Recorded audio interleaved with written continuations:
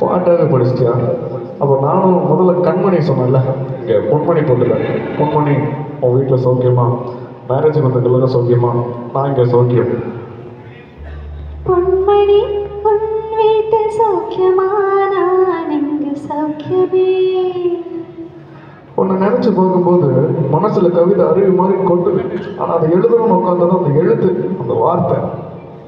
உன்னை எண்ணி பார்க்கையில் கவிதை கொட்டுது.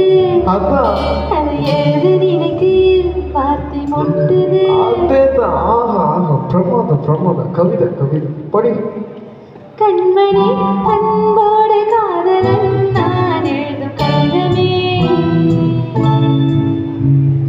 பொன்மணி, உன் வீட்டு சௌக்கியமா? நான் இங்கு சௌக்கியமே. உன்னை எண்ணி பார்க்கையில் கவிதை கொட்டுது.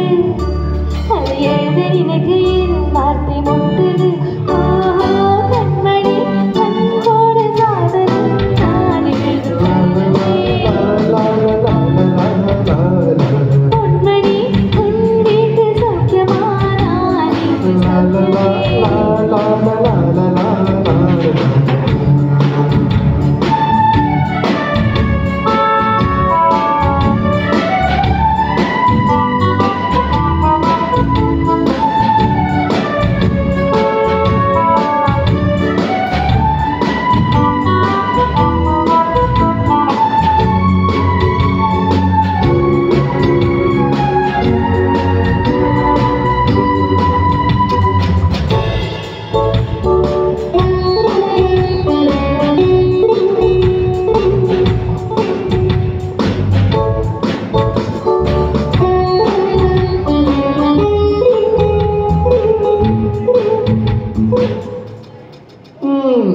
எனக்கு உண்டான காயம் அது தன்னால் ஆறிடும். என்னமோ தெரியல, என்ன மாயமோ தெரியல, எனக்கு ஒன்றுமே ஆகிறதில்லை. இது எழுதிக்கணும். நடுவில் மானை, தேனை, பொன்மானை இதெல்லாம் போட்டுக்கணும். இதை பாரு, எனக்கு என்ன காயம் ஆகுது? என் உடம்பு தாங்கிடும், உன் உடம்பு தாங்கம்மா? தாங்காது. அபிராமம் அபிராமம் அபிராமம். அதையும் எழுதணுமா? இது காதல். என் காதல் என்னன்னு சொல்லாம ஏங்க அழுகையா வருது. ஆனா நான் அழுது என் சோகம் உன்னையும் தாக்கிடுமா அப்படின்னு நினைக்கும் போது வர்ற அழுத கூட நின்றுடுது. மனிதர் உணர்ந்து கொள்ள இது மனித காதல் அல்ல, காதல் அல்ல, காதல் அல்ல, அதையும் தாண்டி புனிதமானது, புனிதமானது, புனிதமானது,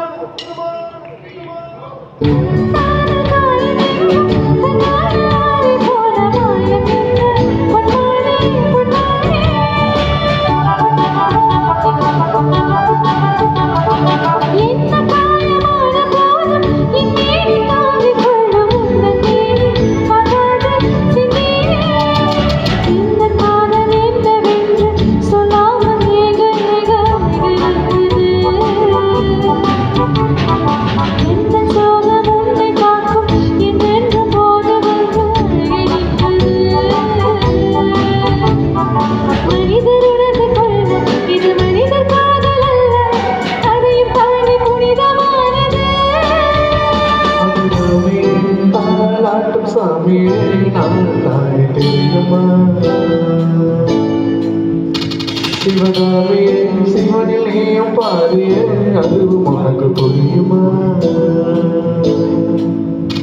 சுபராணி நாளியே லாலி லாலியே, அபிராமி நாளியே லாலி லாலியே, அபிராமியே தாலாட்டும் சாமியே நான் தானே தெரியுமா? உனக்கு புரியுமா?